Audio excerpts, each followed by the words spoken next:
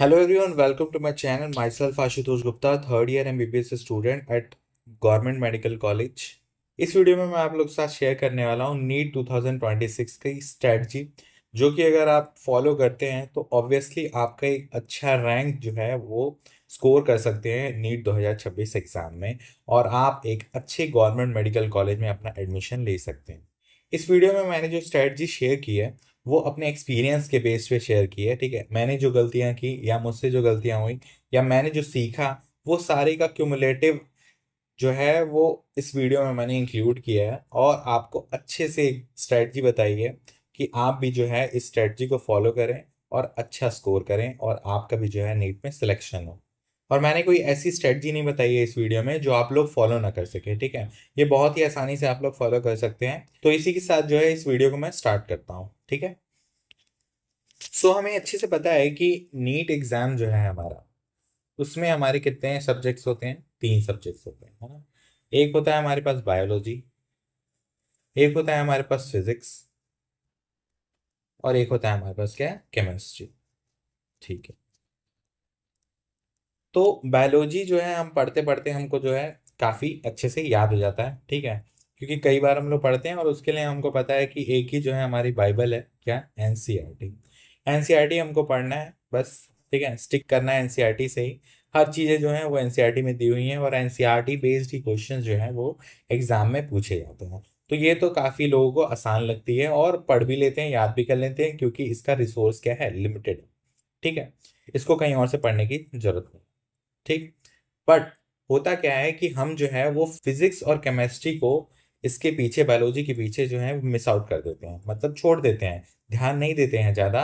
जिसकी वजह से क्या होता है कि इसमें हमारे स्कोर जो होते हैं वो कम आने लग जाते हैं, जिसकी वजह से ओवरऑल स्कोर जो रहता है हमारा वो क्या हो जाता है? कम हो जाता है। तो ऐसा हमको बिल्कुल नहीं करना है। हमको जो है, अगर हमको नीट एग्जाम को क्रैक करना है तो हमें पता है कि हमको तीनों सब्जेक्ट में, चाहे वो फिजिक्स हो, चाहे वो केमिस्ट्री हो, चाहे वो बायोलॉजी हो, तीनों को इक्वल इंपॉर्टेंस देना पड़ेगा। तभी जाके जो है वो हमारे ओवरऑल नंबर जो है वो इंक्रीज होंगे, और तभी एक हमारी अच्छी रैंक आएगी, और तभी जो है एक अच्छे गवर्नमेंट मेडिकल कॉलेज में हमारा सिलेक्शन होगा।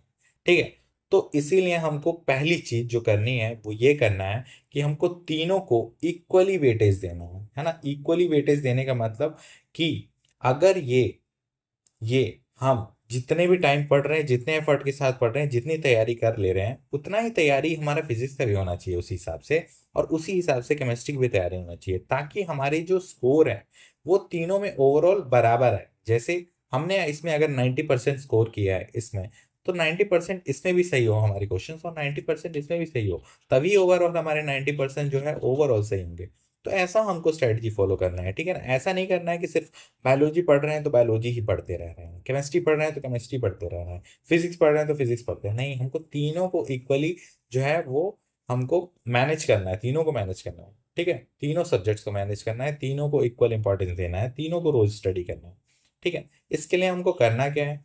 तो हमको क्या करना है कि बायोलॉजी के लिए मैं बता देता हूँ कि क्या क्या करना है, फिजिक्स के लिए क्या क्या करना है, और केमिस्ट्री के लिए क्या क्या करना है। फिर मैं बताता हूँ कि कितना टाइम किसको ओवरऑल हमको देना चाहिए, और आगे क्या क्या चीज़ें करनी है वो हम आगे वीडियो में देखेंगे। पहले मैं आप लोग को बता देता हूँ कि बायोलॉजी में जो है बेसिकली क्या क्या हमको करना है। ठीक है, तो अभी हमको पता है कि हमारे पास जो है वो 5 महीने रह गए हैं। ठीक है, NEET 2023 twenty sorry NEET 2026 exam के लिए। ठीक है, तो हमको बेसिकली क्या करना है कि इन 5 महीने में क्या कर सकते हैं वो देखना है। तो क्या कर सकते हैं वही मैं ये जो है इस मैं बताने वाला हूँ, उससे कुछ एक्स्ट्रा मैं बताऊंगा नहीं। ठीक, तो बायोलॉजी में हमको क्या करना है? बेसिकली एनसीईआरटी जो है हमारा है, एनसीईआरटी उसको रीड करना है अच्छे से, उसको याद करना है अच्छे से। और अभी तक हमने कई सारे क्वेश्चंस भी दिए होंगे, प्रैक्टिस किए होंगे, जो भी हमको दिखा होगा उन सबको जो है हाईलाइट कर लेना। ठीक है, बेसिकली ताकि हमारा ध्यान जो है उस चैप्टर को पढ़ते हुए वहां पे ज़्यादा फोकस रहे। ठीक है, उसके साथ साथ हमको क्या करना है? सारे पीवाईक्यूज हमको लगाने हैं हर साल के, जो भी रिलेटेड है एनसीईआरटी से। जो बहुत पुरानी वाली एनसीईआरटी से उसको छोड़ सकते हैं हम, अभी जो एनसीईआरटी है उसके बेस्ड पे जो भी पीवाईक्यूज हैं, उन सभी पीवाईक्यूज को जो है हमें लगाना ज़रूर है।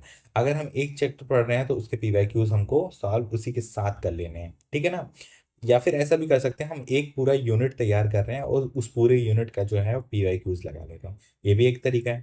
ठीक है, तो बेसिकली करना क्या है कि हमको एनसीईआरटी पढ़ना है, उसके साथ साथ उसके पीवाईक्यूज लगाने हैं और क्वेश्चन प्रैक्टिस करने हैं जहाँ से भी हमको मिल रहे हैं एनसीईआरटी बेस्ड, कहीं से भी मिल रहे हो। जैसे हम क्या कर सकते हैं कि टेस्ट सीरीज ज्वाइन कर सकते हैं, है ना, किसी भी कोचिंग में, ऑफलाइन कोचिंग में, ऑनलाइन कोचिंग में।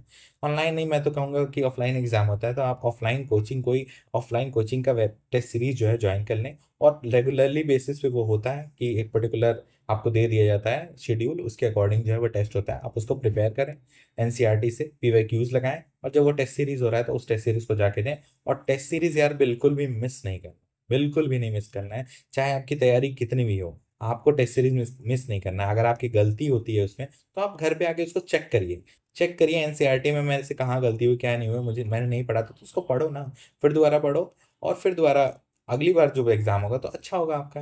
तो आप टेस्ट सीरीज इस वजह से मत स्किप करो कि मेरा सिलेबस प्रिपेयर नहीं है, कुछ तो प्रिपेयर, जो प्रिपेयर है उसी को प्रिपेयर करके आप टेस्ट सीरीज देने जाइए और उसके बेसिस पे अपना एनालिसिस करिए। ये सोचिए कि मैंने 70% सिलेबस खत्म किया था तो 70% तो नंबर आने चाहिए ना, है ना। ये 100 का आप सोचो ही मत ना, आपने 70 किया तो 70 आने चाहिए।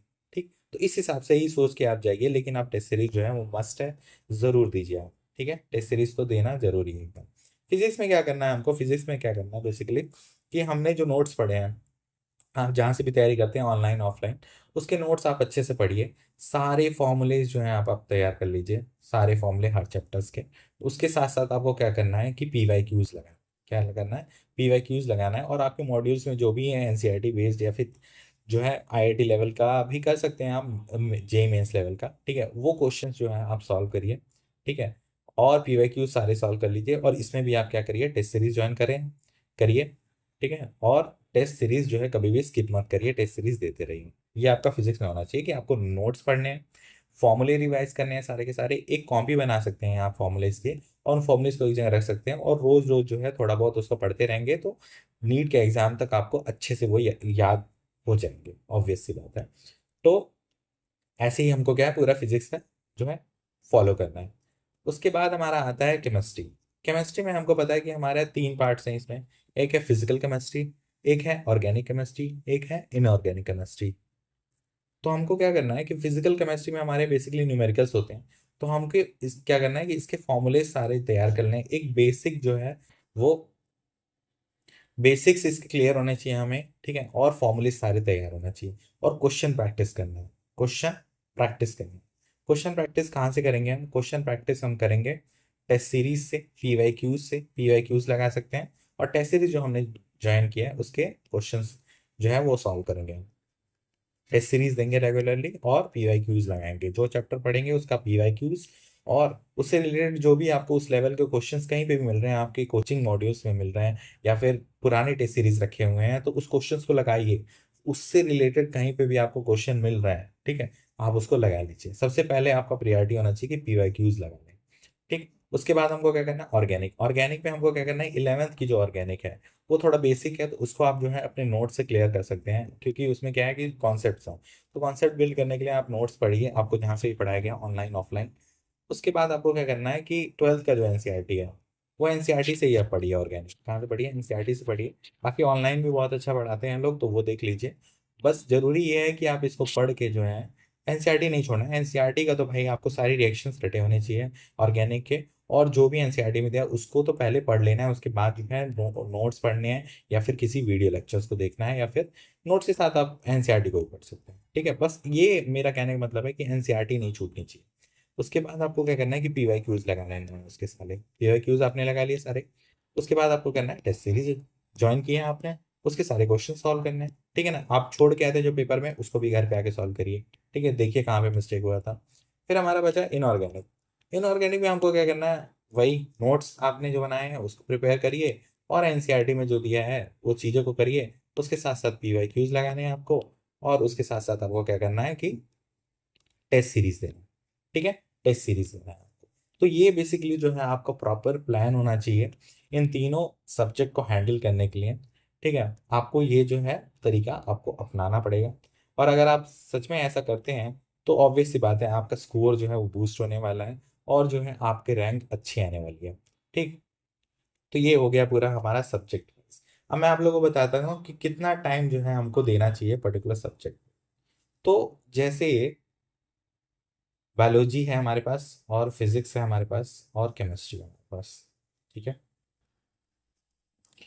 तो बायोलॉजी की अगर मैं बात करूँ, तो बायोलॉजी में जो है हम मोस्टली क्या होता है कि हमारी बहुत अच्छी होती है बायोलॉजी, ठीक है, जिसकी वजह से क्या करते हैं हम बायोलॉजी पढ़ते रहते हैं। तो नहीं, हमको क्या है ना, अगर हमारी बायोलॉजी अच्छी है, अच्छे से तैयार है, तो हमको उसको कम समय देना है।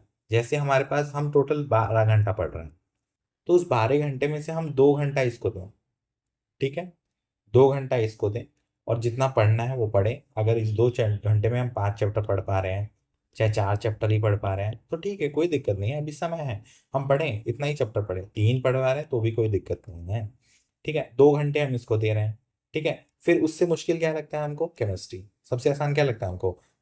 मोस्ट ऑफ द लोगों को यही लगता है, मुझे भी यही लगता था कि बायोलॉजी सबसे इजी लगता था, फिर दूसरे नंबर पे जो है केमिस्ट्री इजी लगता था, और तीसरे नंबर पे जो है वो फिजिक्स इजी लगता था। तो हम सबसे, जिसको जो हमारा अच्छे से तैयार है उसको कम समय दे, और जो हमारा अच्छे से नहीं तैयार है ज़्यादा उसको ज़्यादा समय दे, तो जो है वो ओवरऑल टाइम का डिस्ट्रीब्यूशन अच्छा होगा और अच्छे मार्क्स हमारे आएंगे, ठीक है ना। यही हमारी स्ट्रेटजी होनी चाहिए। तो बायोलॉजी को हमने कम समय दिया है, ठीक है, इसका मतलब यही नहीं कि कम समय दे रहे हैं, वो कमजोर भी है सब्जेक्ट उसको कम समय दे रहे हैं, नहीं, कमजोर नहीं, वो तो सब्जेक्ट आपका अच्छा होना चाहिए, उसको आप कम समय दीजिए, क्योंकि कम समय में आप उतना आउटपुट ला सकते हैं, ठीक है, इसलिए मैं बता रहा हूँ। और उसके बाद जो है केमिस्ट्री में, जैसे एग्जांपल हम 3 से 4 घंटा पढ़ ले रहे हैं, ठीक है, तो टोटल हमारे कितने हो गए? 4 2 6 घंटे हो गए। बाकी जो बचे टाइम 5 से 6 घंटा आपका, वो आप फिजिक्स को दीजिए। और इन सब में एक चीज कॉमन है यार, कि कुछ भी पढ़ रहे हो आप, आपको क्वेश्चन तो लगाने ही लगाने हैं। ऐसा हो ही नहीं सकता आप बिना क्वेश्चन प्रैक्टिस किए नीट का एग्जाम देने जा रहे हो और आपकी जो है अच्छी रैंक हो। पहली बार अगर हम लोग क्या करते थे कि पहली बार जब मैंने तैयारी की थी, तो मैं क्या करता था कि खाली थ्योरी पढ़ता था, है ना, सोचता था कि क्या न्यूमेरिकल तो इसी पे बनते हैं ना, थ्योरी के बेस पे ही तो क्वेश्चंस प्रिपेयर होते हैं, लेकिन क्वेश्चंस कैसे फ्रेम हो रहे हैं, कैसे नहीं फ्रेम हो रहे हैं, उसका भी आइडिया होना चाहिए आपको, ठीक है ना। बहुत से ट्रिक्स होते हैं क्वेश्चंस में भी। तो आपको क्या करना है कि आपको क्वेश्चन प्रैक्टिस करना है, और क्वेश्चन प्रैक्टिस करने के जो तरीका है, क्वेश्चन प्रैक्टिस करने का जो तरीका है, वो 3 जगह से आप कर सकते हैं ना। एक PYQ सॉल्व कर सकते हैं, दूसरा टेस्ट सीरीज सॉल्व कर सकते हैं, टेस्ट सीरीज जो आप दे रहे हैं वो कर सकते हैं, और आपका मॉड्यूल्स जो है, अगर आप किसी भी ऑनलाइन या ऑफलाइन में पढ़ते हैं तो मॉड्यूल्स तो ऑब्वियसली आपको मिलते हैं, तो उसके क्वेश्चन प्रैक्टिस करिए। तो ज़्यादा से ज़्यादा आपको क्या करना है? क्वेश्चन प्रैक्टिस करना है। क्वेश्चन प्रैक्टिस पे आपको मैक्सिमम फोकस करना है। पढ़ाई थोड़ी कम कीजिए, लेकिन क्वेश्चन प्रैक्टिस ज़्यादा कीजिए। तभी जो है, अगर आप ज़्यादा क्वेश्चन प्रैक्टिस करते हैं तो उसके फायदे हैं। क्या फायदे हैं? पहली चीज़ कि आपका जो है निगेटिव मार्क जो है पेपर में, वो जो है वो कम होगा, मतलब आपके मार्क्स इंक्रीज होंगे, तो रैंक भी इंक्रीज होगी। दूसरी चीज क्या क्या होता है पेपर में, क्या होता है कि कॉन्फिडेंस जो है लो हो जाता है हमारा। हमको जो है वो क्वेश्चन जो है घर पे आके वो क्वेश्चन सॉल्व कर लेंगे, लेकिन एग्जाम में जो है वही क्वेश्चन हमसे नहीं होता। क्यों? क्योंकि हमने क्वेश्चन प्रैक्टिस नहीं की थी। अगर हम ज़्यादा से ज़्यादा क्वेश्चन प्रैक्टिस करते हैं, तो उससे क्या होता है कि हमारा कॉन्फिडेंस जो है वो बूस्ट होता है। कॉन्फिडेंस बूस्ट होता है, तो पेपर में भी, जो नीट का पेपर आता है हमारे सामने, तो उसमें भी हमको लगता है यार ऐसा क्वेश्चन तो मैंने सॉल्व किया ही था, तो इसको भी सॉल्व कर ही दूंगा। लेकिन पहली बार जब वो क्वेश्चन आएगा, भले ही आपको वो फॉर्मूला आता है, भले ही आपको सब कुछ आता है, लेकिन पहली बार जब आपके सामने आएगा, हमने क्वेश्चन लगाया ही नहीं है, तो आप वहां पे क्या करेंगे? क्या करेंगे वहां पे? वहां पे आप क्या करेंगे? वो आप पहली बार जो है एक्सपेरिमेंट करेंगे। क्या करेंगे? एक्सपेरिमेंट करेंगे ना। तो आप एक्सपेरिमेंट क्यों करना है भाई? रिस्क क्यों देना है 1 साल पूरा? क्यों रिस्क में डालना है? नहीं डालना है ना। तो आप क्वेश्चन प्रैक्टिस कर लो यार, एक भी बार तो करना है। तो PYQ सारे लगाओ, क्वेश्चन प्रैक्टिस ज्यादा से ज्यादा करो, ठीक है। मेरा कहने का मतलब ये है कि आपको मैक्सिमम क्वेश्चन प्रैक्टिस पे ध्यान देना है, अगर सच में आप चाहते हैं कि मुझे इस साल नीट क्रैक करना है और अच्छा मेडिकल कॉलेज लेना है, तो ठीक है, ये इतनी बातें क्लियर है। तो ये बेसिकली सारी स्ट्रेटजी थी, आई थिंक मैंने कवर कर लिया है। लास्ट में बस मैं यही बताना चाहता हूँ यार कि दो पेपर अच्छे से, और टेंशन लेने की जरूरत नहीं है, अच्छे से सो, गुड स्लीप, अच्छी स्लीप लो आप, ठीक है, और टेंशन ना लो पेपर की, और अपना जो है बेस्ट दो, बेस्ट दो, ठीक है ना। बेस्ट दो अपना, जितना तुम कर सकते हो करो, और जितना तुम कर सकते हो करो। तुमको खुशी मिलनी चाहिए यार, मुझसे जितना हो सकता था मैंने कर दिया, ठीक है। और जो ड्रॉपर है वो ये सोचते हैं कि यार 2 ड्रॉप हो गया, 3 ड्रॉप हो गया, है ना। तो यार 2 ड्रॉप हो गया, 3 ड्रॉप हो गया, ठीक है, कोई दिक्कत नहीं है, लेकिन ज्यादा ड्रॉप लेने की जरूरत नहीं, ठीक है। और पेपर आपका अच्छा हो चाहे बेकार हो, चाहे निकले चाहे ना निकले, नहीं, लेकिन आपको जो है उदास नहीं होना चाहिए, खुश होना चाहिए। निकला तो भी अच्छा है यार, नहीं निकला तो भी अच्छा है, हो सकता है तुम्हारे लिए कुछ और अच्छा लिखा है ना। मैंने एक लाइन पढ़ी थी मेरे स्कूल में, मेरे एक सर थे वो बोलते थे कि व्हेन वन डोर क्लोजेस, है ना, तो मैनी मोर डोर जो है वो ओपन हो जाते हैं। ठीक है, लेकिन हम उस क्लोज वाले डोर पे इतनी ज्यादा समय तक टिकी रहती है हमारी निगाहें ना, उसी को देखते रहते हैं कि हमको वो खुले हुए दरवाजे नहीं दिखते हैं। तो वही हमारे साथ होता है यार कि नीट नहीं निकला तो कोई बात नहीं, जिंदगी थोड़ी खत्म हो गई। नीट जो है वो एंड एंड गेम नहीं है, मतलब खत्म नहीं हो गया है यहाँ पे गेम। गेम तो अभी शुरू हुआ है भाई। ठीक है ना, गेम अभी क्या हुआ है, स्टार्ट हुआ है। तो NEET exam is not the end of your life, end of your knowledge, end of your exam, end of your study. ठीक है ना, it is just the beginning. ठीक है ना, नीट के आगे बहुत लंबी जर्नी है, it is a life long journey, life long journey. ठीक है, आपको हमेशा पढ़ना पड़ेगा यार। ठीक है ना, NEET is not the end, is just the beginning, बस इतना याद रखिए। ठीक है ना, तो नीट नहीं निकला तो कोई दिक्कत नहीं है, भगवान ने आपके लिए कुछ बहुत अच्छा सोचा है। ठीक है ना, और नीट निकल गया तो अच्छी बात है यार। तो मैं बस इतना कहना चाहता हूँ लास्ट में, मैंने जो अभी तक मतलब एक्सपीरियंस किया है कि आप 2 से ज़्यादा ड्रॉप ना लो यार। 2 ड्रॉप इज मैक्सिमम। मैक्सिमम अगर ड्रॉप जिसका मन कर रहा है लेने का, 2 ड्रॉप ले ले। ठीक है, उससे ज़्यादा ड्रॉप ना ले इस एग्ज़ाम के लिए। ठीक है, बाकी जिसका पैशन है कि भाई मुझे तो डॉक्टर बनना है, वो तो ले भाई, उसको तो बनना है तो बनना है। ठीक है ना, सच में उसका मन है। और तीसरी चीज़ ये है कि आप अगर ये एग्ज़ाम दे रहे हैं तो आपको इसका A to Z नॉलेज होना चाहिए कि क्या आगे फेस करना है, क्या क्या चीज़ें हमें करनी है। ठीक है, एवरीथिंग इसके बारे में आप जान लीजिए, तभी ये सोचिए कि मुझे ये ड्रॉप लेना है कि नहीं देना है। आगे चल के क्या होने वाला है क्या नहीं होने वाला है, सब आपको नीट एग्ज़ाम के बारे में पता कर लेना चाहिए किसी अच्छे आ, लड़के से बात करके, या मतलब किसी दोस्त से बात करके जिसका निकल गया हो, जिसने पास आउट कर लिया हो, या कोई अच्छा आपका रिलेशन में है, या फिर कोई भी है डॉक्टर है, उससे पूछिए पूरी जर्नी कि क्या ये नीट ही सिर्फ एंड है। नीट एग्जाम जो आप लोग दे रहे हैं, नहीं, वो आपको बताएंगे कि ऐसा कुछ नहीं है। आगे जो जर्नी है ना वो शायद आप काफी कठिन है इस एग्जाम से। तो इसीलिए यार इस एग्जाम को एकदम लाइटली लीजिए। ठीक है ना, तो हम मैं मानता हूँ कि बहुत मेहनत करते हैं, हम मेहनत करिए, अच्छे से पढ़िए और दीजिए इस एग्जाम को, बट ये मत सोचिए कि NEET is the end of your life. ठीक है, NEET is not the end of your life. ठीक है, आपका निकला तो भी अच्छा, ना निकला तो भी अच्छा। ठीक है, तो इसी के साथ जो है इस वीडियो को मैं एंड करना चाहता हूँ। सो आई थिंक कि आप लोग को मैंने बता दिया जो मुझे बताना चाहिए था। ठीक है, एट लास्ट मेरे पास एक कोटेशन है। ठीक है, बोलना चाहूंगा उसको कि ये ड्रॉपर के लिए है बेसिकली, जो अपने आप को जो है डिमोटिवेटेड फील करते हैं, लोग क्या बोलते हैं क्या नहीं बोलते हैं वो सोचते हैं। तो उन लोग के लिए है कि तुम्हारा मूल्य तुम्हें पता होना चाहिए। तुम्हारा मूल्य तुम्हें पता होना चाहिए, 4 लोग क्या कहेंगे, ये उनकी बुद्धि का स्तर है। ठीक है, ये उनकी बुद्धि का स्तर है भाई, स्टैंडर्ड ऑफ देयर थिंकिंग है ना, किस लेवल ऑफ थिंकिंग के वो बिलोंग करते हैं, उसके हिसाब से सोचेंगे यार मेहनत तो तुमने की है ना, टाइम तो अपना तुमने वेस्ट किया है, पढ़ाई तो तुमने की है, तो तुम्हें पता है ना कि भाई कैसे कैसे की है। वो देखने थोड़ी आए थे कि तुमने कितनी मेहनत की है, रात भर जागे हो, कि खाना नहीं खाए हो, कि कैसे कैसे तुमने तैयारियां की हैं, है ना। तो वो सारी चीजें यार तुमने की हैं, तुमने फेस की है, तो तुमसे अच्छा कोई नहीं जानता। तो इसलिए दूसरों की उस पे, मतलब दूसरा क्या कह रहा है उस पे आप ना सोचें। आप अपनी मेहनत जो है अपना बेस्ट दीजिए, आप अपनी मेहनत करते रहिए। अगर आपने सच में ईमानदारी से मेहनत की है और आपने अपना बेस्ट दिया है तो ज़रूर आपका ये एग्ज़ाम जो है वो क्लियर होगा। ठीक है, तो इसी के साथ जो है इस वीडियो को मैं एंड करना चाहता हूँ। और एट लास्ट मैं आप लोगों को बोलना चाहता हूँ कि thank you so much for watching this video, and please like this video अगर आपको पसंद आया है तो, और सब्सक्राइब कर लीजिए इस चैनल को ताकि मैं और भी ऐसी वीडियोस जो है आप लोग के लिए लाता रहूं। और आप जो है कोई भी क्वेरी है आपकी, कोई भी सजेशन है, वो जो है कमेंट सेक्शन में आप लिख सकते हैं। ठीक है, बिना किसी झिझक के। ठीक है, और बस इसी के साथ इस वीडियो को मैं एंड करता हूँ। At last once again thank you so much for watching this video, and please share it to your friends. अगर आपको कोई ऐसा दोस्त लगता है इसको शेयर करनी चाहिए तो भेज दीजिए इसको अपने दोस्तों के पास।